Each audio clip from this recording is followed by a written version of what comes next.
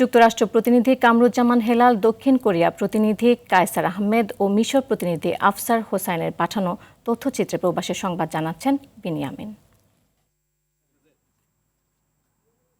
যুক্তরাষ্ট্রের মিশিগান স্টেটের ওয়ারেন সিটিতে উদ্বোধন হয়েছে রেস্টুরেন্ট ওয়ারেন ইটস। উদ্বোধনী অনুষ্ঠানে উপস্থিত ছিলেন সাইমা খলিল, আয়েশা ফারুকি, কার্ল মার্লিঙ্গা, খাজা শাহাব আহমেদ, ডক্টর নাজমুল হাসান শাহিন, ফয়সাল আহমেদ, সাদেক রহমান সুমন, আজিজ চৌধুরী, দেলোয়ার আনসার, মুন্নি রহমান, আবুল কালাম আজাদ, শেখ ইদ্রিস আলী ও ওয়ারেন ইটসের ব্যবস্থাপনা পরিচালক আরিফ নগর সহ কমিউনিটির অনেকে।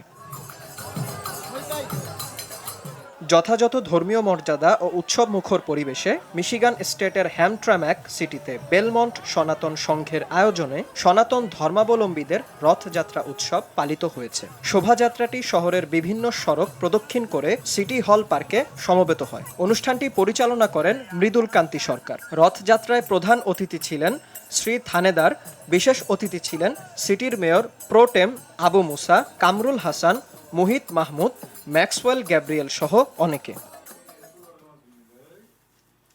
দক্ষিণ কোরিয়াতে বসবাসরত প্রবাসী বাংলাদেশিদের জীবনমান উন্নয়নের লক্ষ্যে কোরিয়ান ভাষা শিক্ষা, কোরিয়ান সংস্কৃতি ও কর্মদক্ষতা বৃদ্ধির 3 মাসব্যাপী ওরিয়েন্টেশন কোর্সের সমাপনী অনুষ্ঠান আয়োজিত হয়েছে।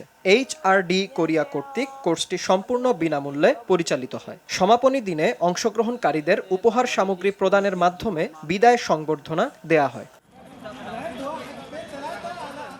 আল আজহার বিশ্ববিদ্যালয়ের আবাসিক ছাত্রাবাস স্টেডিয়ামে বাংলাদেশি ছাত্রদের আয়োজনে বাংলাদেশ স্টুডেন্ট প্রিমিয়ার লিগের ফাইনাল ম্যাচে মুখোমুখি হয়েছে চট্টগ্রাম চ্যালেঞ্জার্স বনাম রংপুর ওয়ারমঙ্গার্স।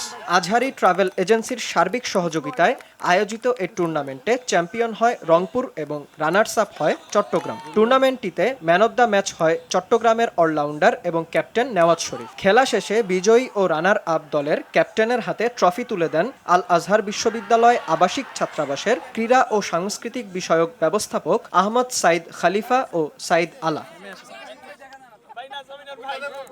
বিনিয়ামিন, RTV।